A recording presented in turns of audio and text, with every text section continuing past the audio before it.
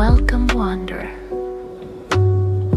Pull up a chair, preferably one that does not attempt to sit on me.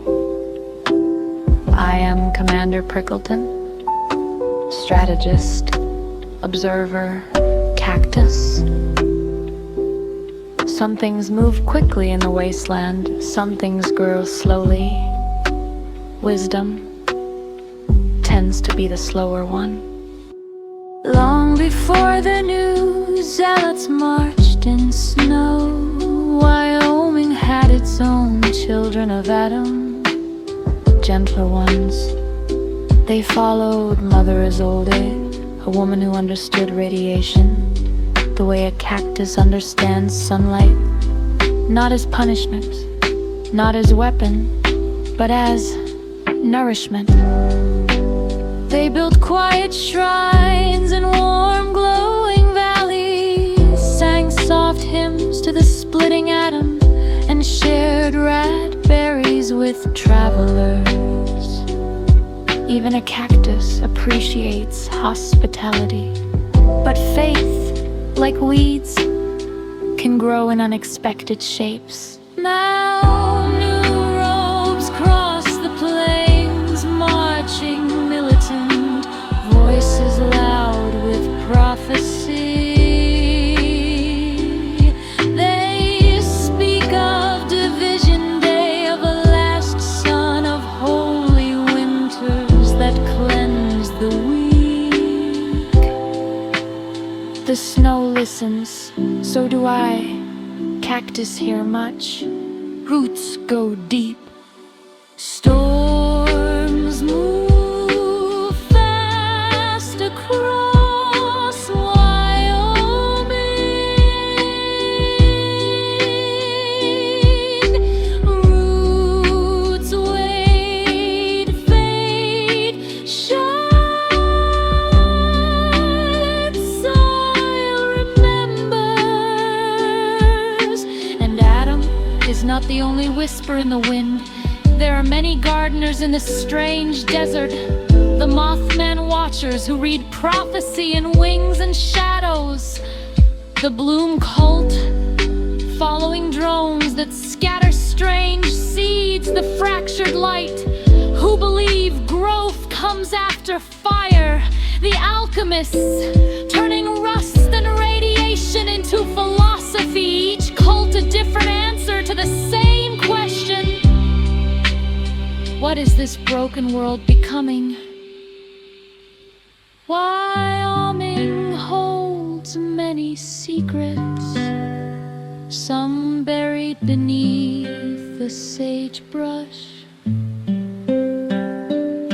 Old vaults, silent bunkers, deep machines waiting for instructions. Others lie above. Satellites blinking awake, signals humming through static, and sometimes something older than either. The wind passes through my spines, it carries stories. I have heard Todd Wyoming shouting into radios. I have heard Rusty Pete chasing conspiracies. I have heard Laura the Dweller whisper about things beneath the mountains. And somewhere far away, the last son of Adam gathers followers. The militant children search for something, they do not yet know what, but they will. Eventually all seekers find their destination. Sometimes it is salvation, sometimes it is the thing that ends them. Roots feel tremors long before storms, and I feel many tremors now.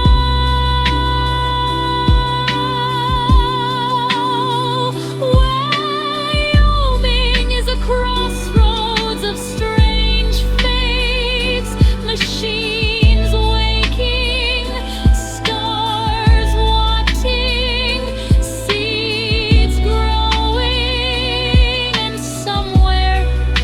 Beneath all of it, a door waits to be opened.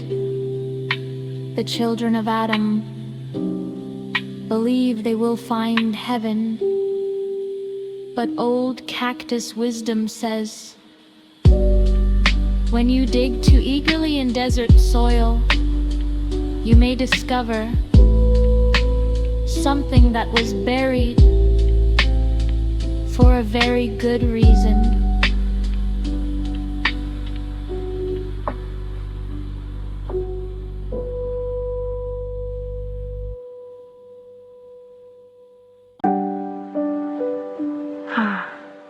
Winter again. Snow is a strange thing for a cactus. Quiet. Patient. It blankets the land like old memories trying to sleep. Tonight it falls over Lander College, a place that used to teach young minds mathematics, medicine, and engineering. Now it teaches something else. Faith. Within those brick halls lives Mother Isolde, keeper of the Wyoming children of Adam. Her temple is wide and warm, lecture halls turned into sanctuaries, dormitories turned into pilgrim housing, the old gymnasium now a cathedral of glowing barrels. Soft blue light fills the corridors, the faithful call it Adam's glow. But there is another presence there, one older than the sermons, one that arrived with the fog. The followers say the temple is blessed by two powers, Adam, the creator of infinite universes, and the fog mother, a wandering spirit of mist and radiation. She drifts through the Wyoming valleys, through Lander's broken streets, through cracked windows of the college halls. The children believe she protects their shrine personally. I believe fog simply enjoys visiting quiet places. Snow falls slowly, faith grows slowly. But belief, once root, is harder to pull than cactus. Inside the temple, pilgrims gather. Some glow faintly in the dim halls. Some carry Geiger counters like prayer beads. Others whisper the names of distant holy sites. The crater shrine. The glass-sought forest obelisk. And the skeletal city of Cheyenne. Places where Adam's mysteries hum beneath the soil. Even the wanderer Laura, the dweller, once spoke of those stones. Her warnings drift like ghosts through Wasteland songs. Mother Isolde's followers are not like the new children marching through winter. They do not carry rifles to convert the world. They offer soup, rati, warm beds for travelers caught in snowstorms. Their belief is soft, patient, like snowfall, but the wind carries troubling news. Far away, another branch of Adam's faith grows. The militant children of Adam, followers of a prophet called the last son, they march through frozen lands with scripture and guns. And when they hear of Mother Isolde's temple, they will come. Not all sects agree on how Adam should be worshipped. When two faiths share the same sun, one eventually casts the shadow.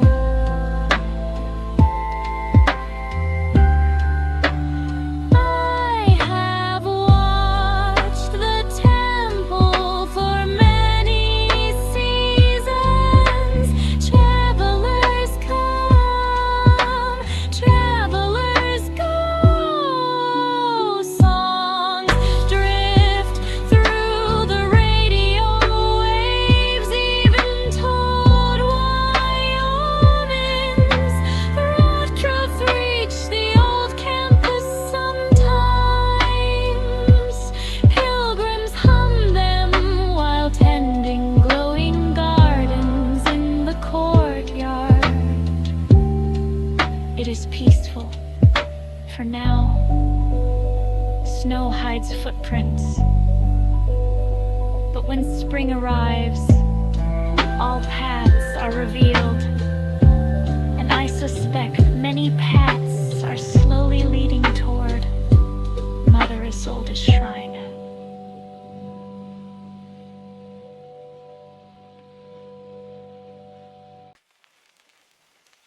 Greetings again, traveler. Comannder Prickleton speaking, cactus strategist, botanist by necessity.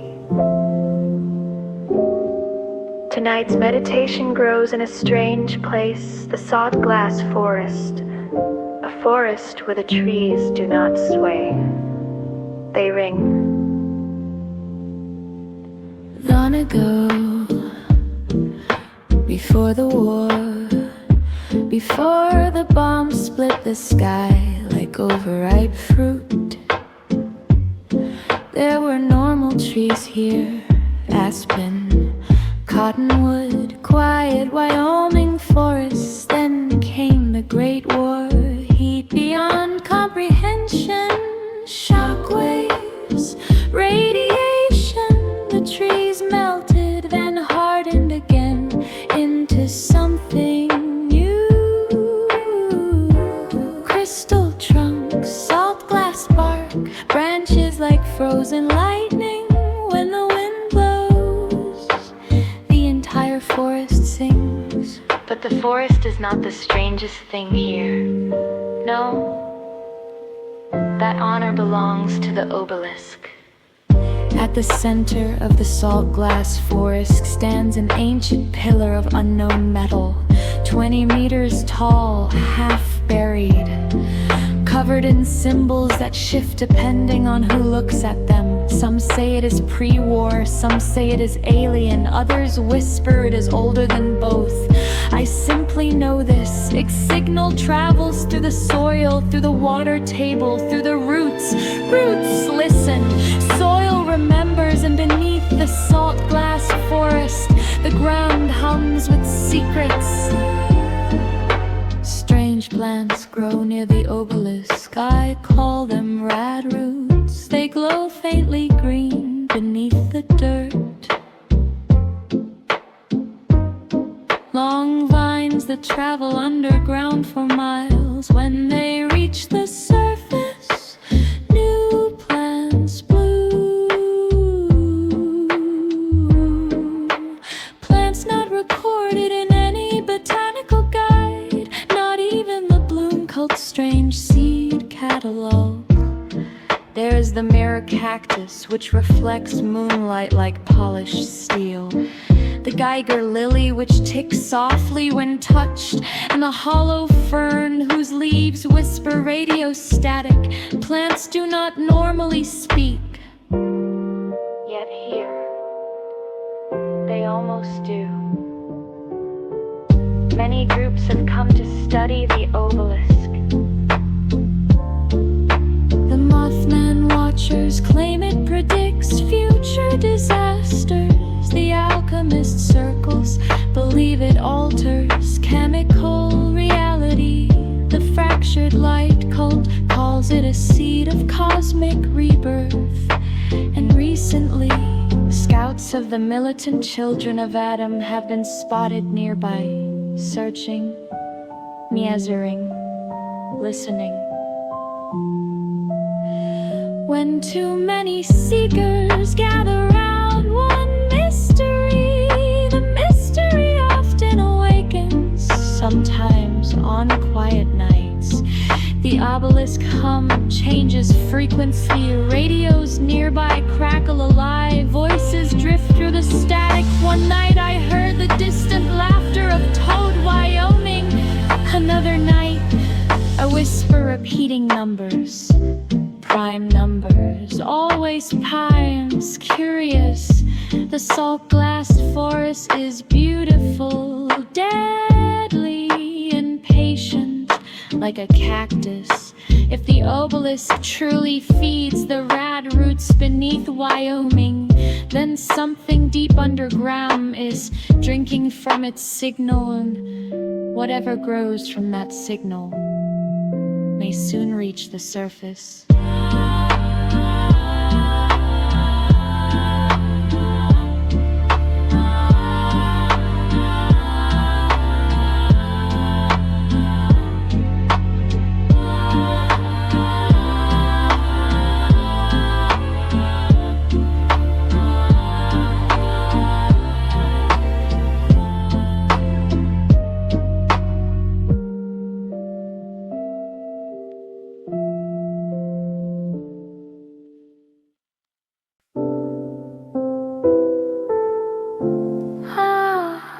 Welcome back, traveler. Comannder Prickleton reporting again. The snow melts. The Radroots spread, and tonight we look upward, because the sky above Wyoming is far less empty than people think. Before the Great War, humans filled the sky with machines, satellites, spy stations, orbital relays. Weapons that never quite fired when the bombs fell. Most went silent. But not all. Some still drift overhead, old metal ghosts circling the planet, waiting for signals that never came. Except recently. Some of them have started answering. Radios across the wastes have picked up strange activity, encrypted pulses, burst transmissions, short mechanical acknowledgments. Even Rusty Pete's conspiracy tower near Riverton caught a repeating signal bouncing off something in orbit. 3 bursts. Pause. 2 bursts. Pause. And long humming tone. Machine.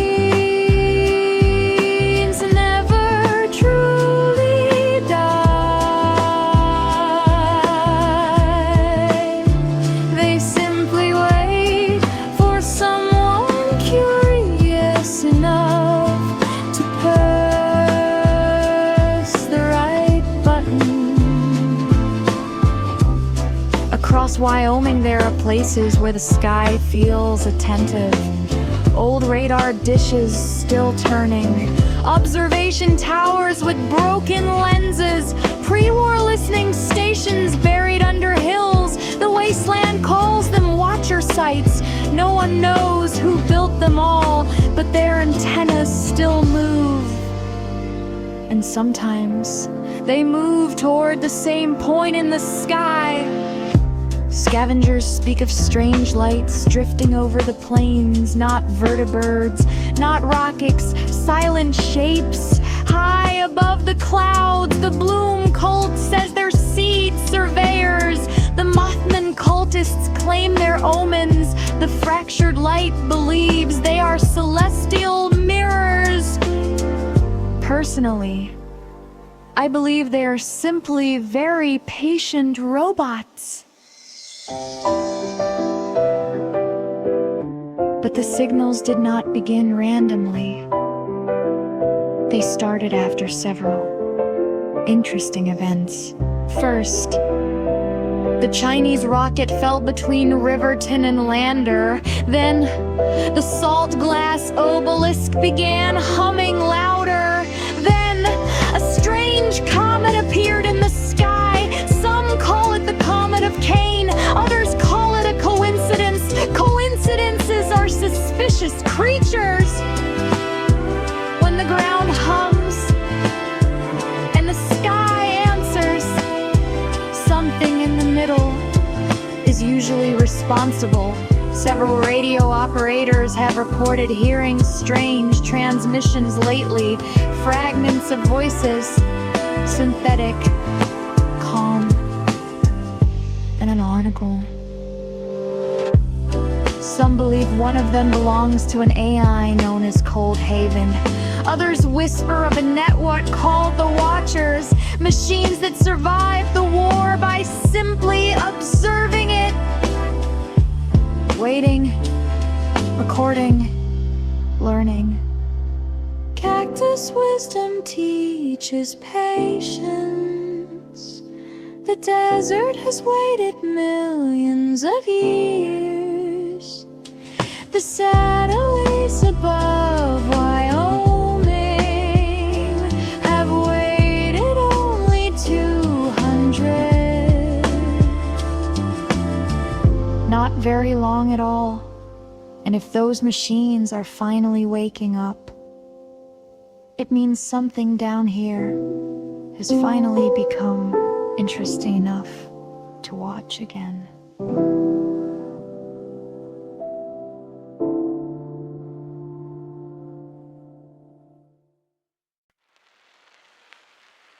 Good evening again, traveler. Comannder Prickleton speaking softly tonight. Because the desert has grown quiet, and when the wasteland grows quiet, something is usually about to break. Long before the militant children marched into Wyoming, there were already followers of Adam here.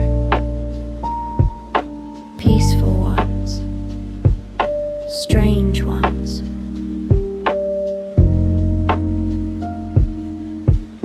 Guided by Mother Isolde, whose shrine rests inside the old halls of Lander College. Her children speak gently. They tend gardens in irradiated soil. They pray beside glowing ponds. They believe Adam's glow is a blessing to live beside, not a weapon to spread. Their prayers are slow, their rituals quiet, their faith patient, like cactus roots in winter soil. But across the mountains, another voice rises, the militant children of Adam, followers of a mysterious prophet called the last son of Adam. These children march instead of meditate. They carry rifles beside their scripture. They speak of the day of division as something that must be helped along. Two prophets, one glow, different interpretations. This rarely ends politely. Scouts report small encounters already. A missionary caravan turned away near Thermopolis. A shrine defaced along the Wind River. One of Isolde's acolytes returning with burns. Not from radiation, but from plasma fire still. No war, just tension. Like snow resting on a cliff edge. Other cults watch carefully. The Mothman followers whisper that two glowing stars cannot share the same sky. The Bloom cult continues chasing their mysterious drennery drones. The fractured light prepares rituals they refuse to explain. Even the wandering dwellers have begun noticing something shifting. The wasteland always senses pressure before the storm. But there is one detail that troubles me most. The militant children are not simply preaching. They are searching across the plains, through buried vaults, into old military ruins. They carry maps marked with strange coordinates. Several of those coordinates lie disturbingly close to Wyoming's ancient obelisk sites, including the one beneath the salt glass forest. Faith can move mountains, but when faith begins digging beneath them, something buried may answer. Mother Isolde teaches patience. The last son teaches destiny. The wasteland teaches something else entirely. That prophecy rarely survives contact with reality. For now, both prophets remain silent. Their followers gather, their prayers grow louder, and the quiet between them grows thinner every day, like ice on a frozen river. Eventually, someone steps too hard.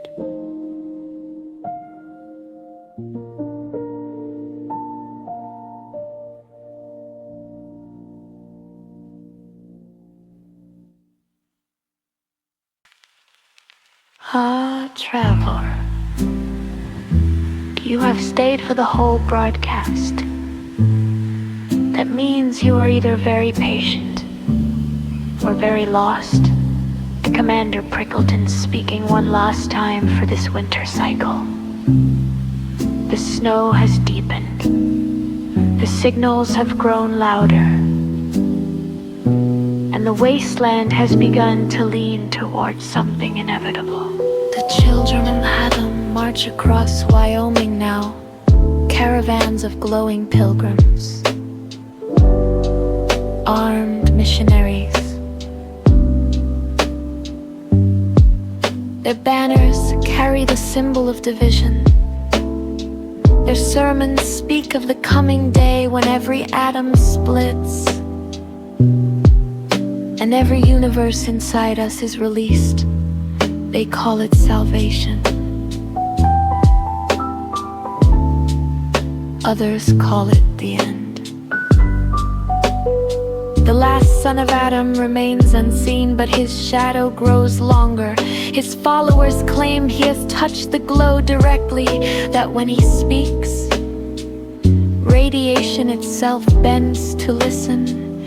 Faith is a powerful fertilizer. In the quiet halls of the old Lander College, Mother Isolde continues her patient prayers. Her children of Adam do not march. They prepare. They reinforce their temple. They sing soft hymns to the fog, mother, and the gentle glow. But even peaceful gardens must grow thorns when winter comes. Two visions of Adam, one of harmony, one of division. When winter splits the atom, only one interpretation may remain standing. Strange things ripple through Wyoming.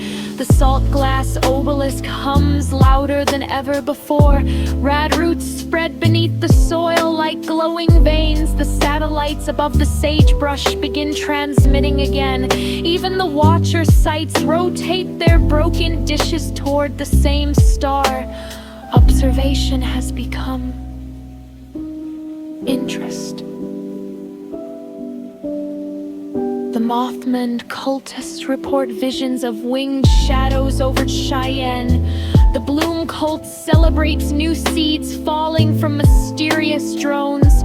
The fractured light prepares mirrors and rituals beneath shattered glass towers. Each cult senses the same truth. Something buried under Wyoming is slowly waking.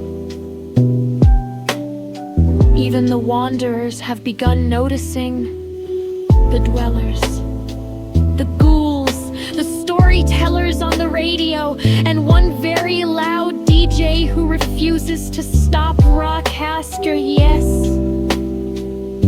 even Todd, Wyoming feels the storm coming, though he laughs about it. Above the plains, the comet of Cain drifts silently, cold, patient. A glowing reminder that the heavens also enjoy dramatic timing. Some say the comet is merely ice and dust. Others say it is an omen. Cactus wisdom suggests sometimes an omen is simply a rock that arrived exactly when the story needed it. Winter grows cold.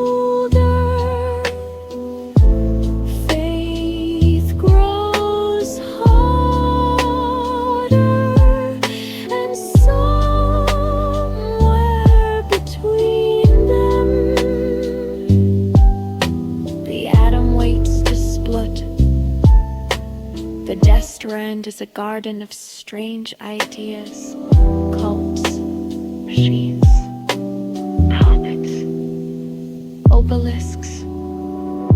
Every group believes they understand the future, but Cactus wisdom teaches something simpler. The desert does not choose sides, it simply survives whatever comes next. So rest well tonight, traveler, because when spring arrives, Wyoming may no longer be the same wasteland you remember. And when the atom finally splits this winter, many new worlds may bloom from the fallout.